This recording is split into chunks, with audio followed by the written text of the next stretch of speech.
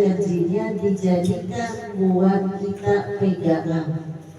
Apa janji Allah bagi orang yang melaksanakan 10 hari di awal Dzulhijjah, yang puasa dari tanggal 1 Dzulhijjah?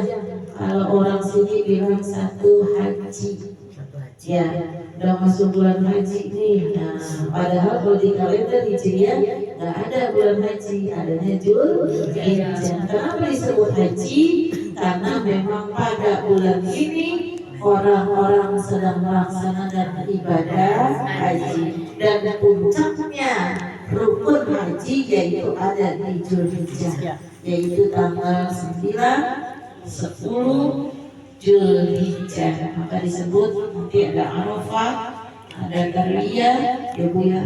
Maka nanti dibahas. Bismillahirrahmanirrahim. 10 hari orang yang melaksanakan puasa di awal Dzulhijjah, maka janji Allah akan diberi 10 kemuliaan. Apa 10 kemuliaan yang Allah janjikan untuk orang yang berpuasa 10 hari di awal bulan Dzulhijjah? Yang pertama, Allah akan berkahkan umurnya. Umur ada orang yang panjang tapi tidak dipakai ibadah, maka umurnya tidak berkah. Tapi ada orang yang usianya muda tapi diisi dengan kebaikan, dengan hal-hal yang baik, maka disitulah disebut usia yang berkah. Jadi usia yang berkah, umur yang berkah bukan panjang pendeknya usia itu, tapi diisi apa?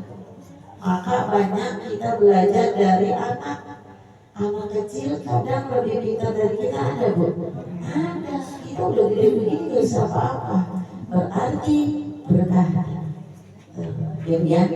Yang kedua, Allah akan beri kemuliaan kepada seseorang yang melaksanakan puasa 10 hari pada awal Dzulhijjah, maka hidupnya akan Allah berikan limpahan harta. Amin ya rabbal alamin. Perbanyak doa.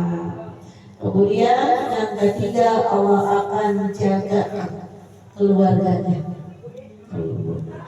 Ya, dijaga daripada musibah, dijaga daripada fitnah, dijaga daripada hal-hal yang tidak diinginkan. Kemudian yang keempat, akan dihapuskan dosanya. Enak banget ya kalau nggak punya dosa. Kalau orang nggak punya dosa, doanya dijabah. Apa yang kita minta dijabah. Ibu kalau yang masih punya anak kecil, kalau habis sholat paku anaknya, ngapain? Suruh doa. Jadi doa dari anak kecil ini yang dijawab. Karena apa? Karena belum punya dosa. Atau belum bisa banyak permintaan anak kecil. Ibu yang ngomong, dia yang ngomong, bilang akhirnya kan mama yang doa. Tuh. Jadi saya kalau masih punya anak itu masih begini Bu, kalau duduk sini. Jadi kata saya, Allah ijabah doa-doa kita tidak dengan lisan kita, tapi melalui dari anak. Tuh doa adik dijawab ngomong. Jadi disinilah kita muliakan anak yang memang masih suci. Ya Bu ya, karena anak belum kena hukum apapun apa. Maka diurus semangatnya. Nah gitu. Ada yang namanya masih di kampung ada? Nah, masih manja nggak apa-apa ya. Bapaknya. Tapi kalau anaknya udah gedean anaknya, jangan itu mah. Ya. Bapaknya anak misalnya udah SMA sini deh, pangku itu. Ya jangan. Cucu SMK di sini di bangku ya. Itu. Kemudian apalagi kalau anaknya perawan, ini bapaknya mampu, gak jangan itu. Ya kali ada apa? Jangan. Kemudian jadi gak mumpung. Ya mumpung anak kita masih kecil, ternyata usia anak itu cepet ya Bu ya. Kemudian yang kelima, kemuliaan yang Allah akan berikan kepada orang yang puasa di 10 hari bulan Dzulhijjah, maka akan dilipat gandakan kebaikannya. Nggak terasa kebaikan Bu?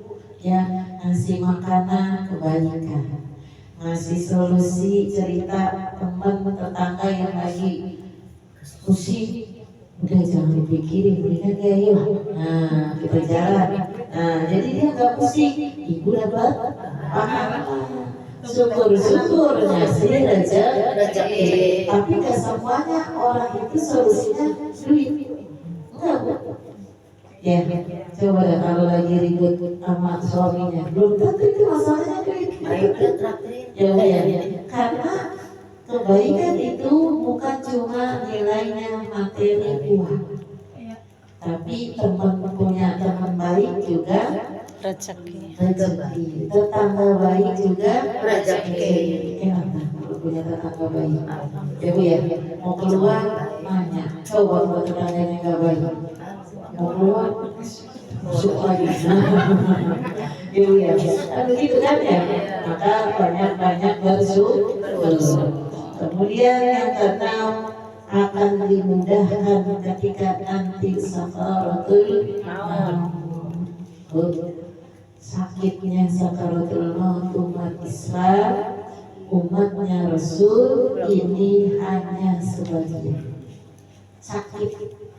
Kita lihat orang yang tabrakan, kepalanya kelindes, hancur, sakitnya kayak apa, itu baru separuh. Karena separuhnya udah ditanggung sama Rasulullah. Jadi Rasulullah itu ketika sakaratul maut disaksikan 2 malaikat, yaitu malaikat Jibril dan malaikat Israil yang nyambut nyawa kita apa yang tega. Apalagi malaikat Jibril nangis Bu. Saking apa? Ngelihat Rasulullah itu merintih. Saking sakitnya sakaratul maut. Rasul gak punya dosa. Rasul sudah dijamin surga. Kalau ada umatnya yang memang wafat ketika sholat, itu gampang banget. Harusnya Rasul lebih gampang dari itu. Ya kan Bu? Umatnya masih banyak salah dan dosa, tapi banyak umatnya yang ketika sakaratul maut itu mudah. Tapi Rasulullah yang sudah dijamin surga yang tidak punya salah dan dosa karena penyakit hatinya sudah dibersihkan, tapi merasakan sakitnya sakaratul maut ternyata bukan karena salah Rasul, bukan dosa Rasul, tapi dosa-dosa rasa sakit sakaratul umat saya nanti jangan sampai sakit banget. Separuhnya lagi minang.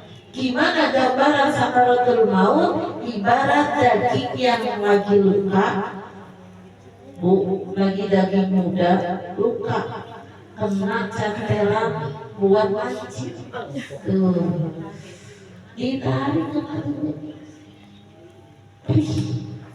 Atau ibarat daging kurban yang diseset dalam keadaan hidup.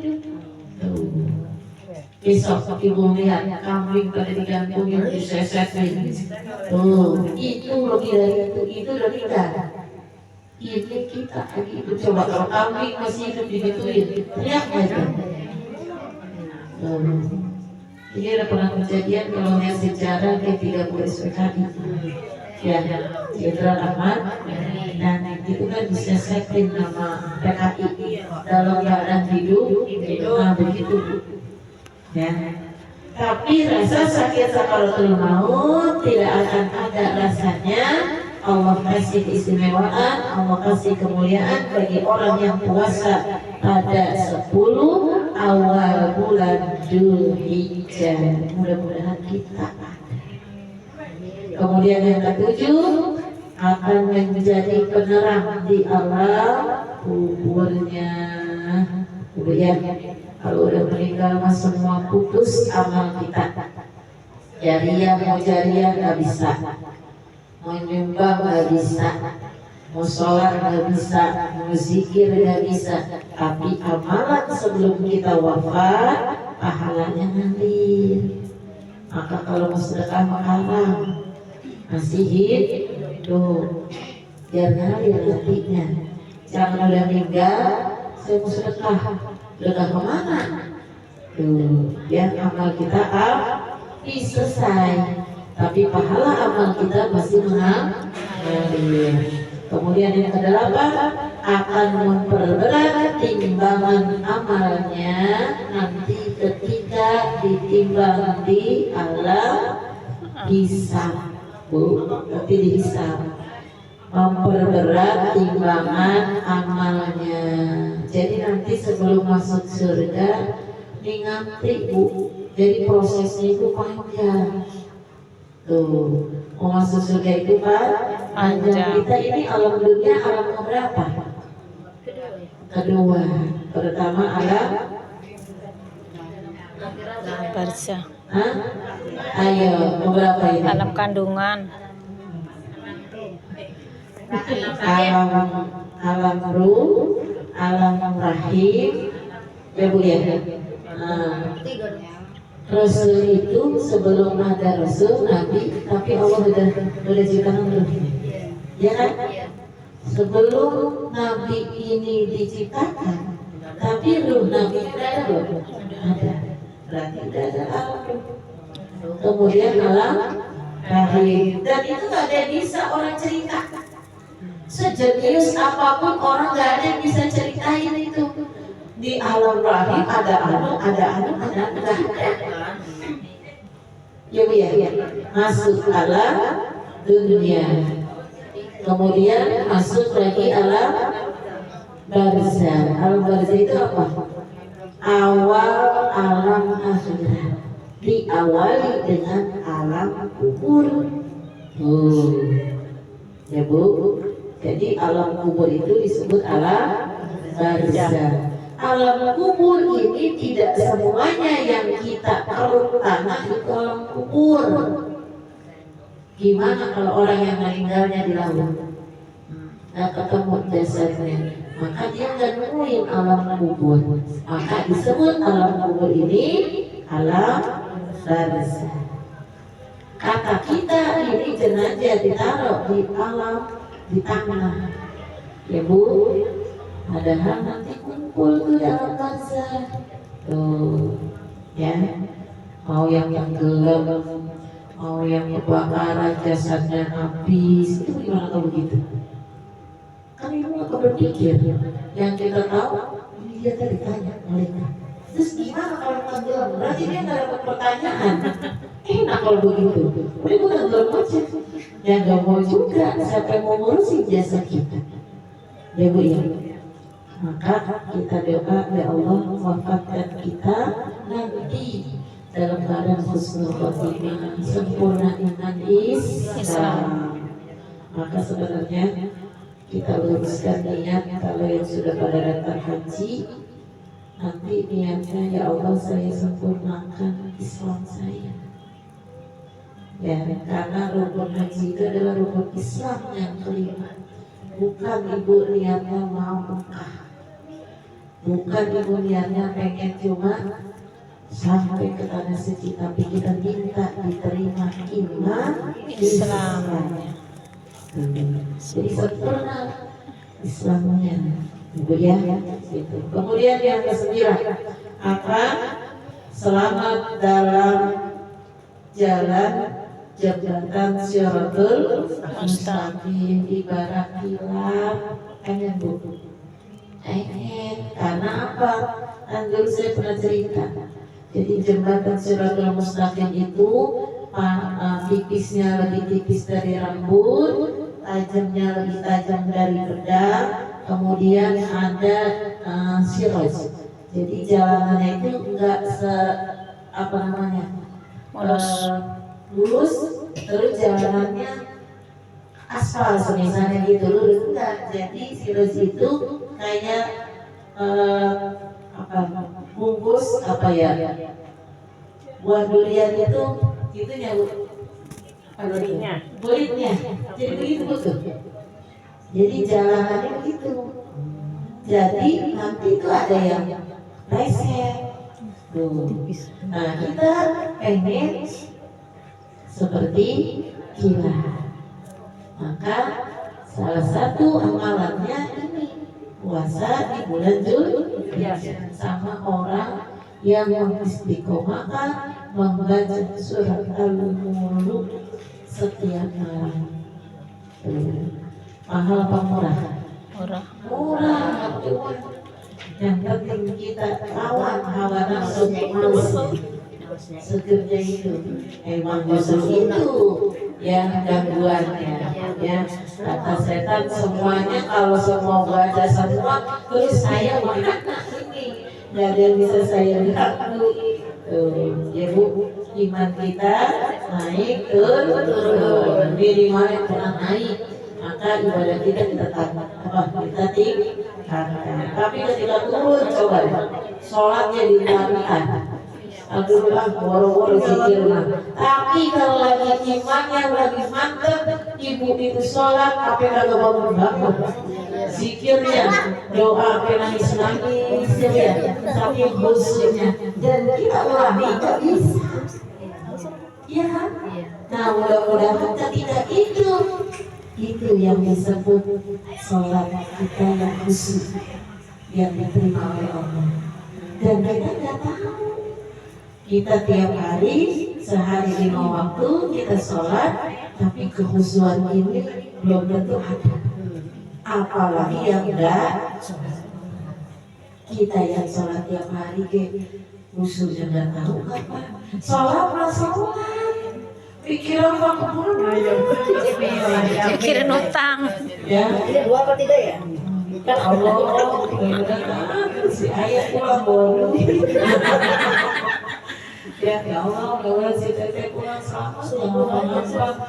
Ya, atau itu mikirin kamu gimana tadi ceritanya air mata padahal bukan musuh.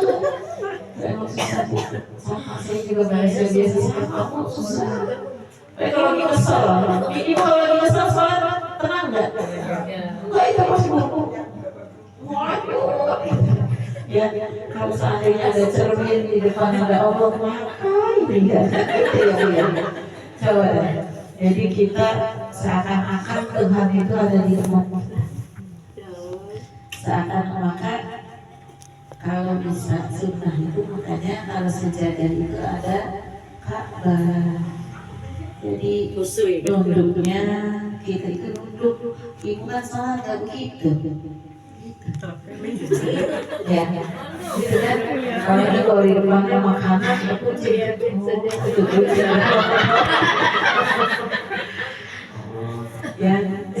atau punya anak taruh di sini, samping sholat. Yakin saya mata ibu pasti dari. Ya, jadi kita belum jauh sama khusus, tapi kita berusaha. Mudah-mudahan ada sholat kita yang diterima oleh Allah Subhanahu wa Ta'ala. Yang terakhir, ya, udah bersama saya. Yang terakhir 10 kemuliaan itu, Ibu akan dinaikkan derajatnya di dunia dan akhirat. Amin. Dari pejabat, pengen nggak? Ya, pengen. Nah, apa pengen? Dari pejabat ya, kemana-mana dikawal. Coba ya, tuh, baju dikasih, kemana-mana dikasih, baju ya. Enak, siapa yang gak enak? Maka orang yang jadi pejabat dari mobil sebenarnya. Ini kisah kita. Nah, ngomong bagaimana mau dijawab sama Allah? Ya, udah gak kepengen.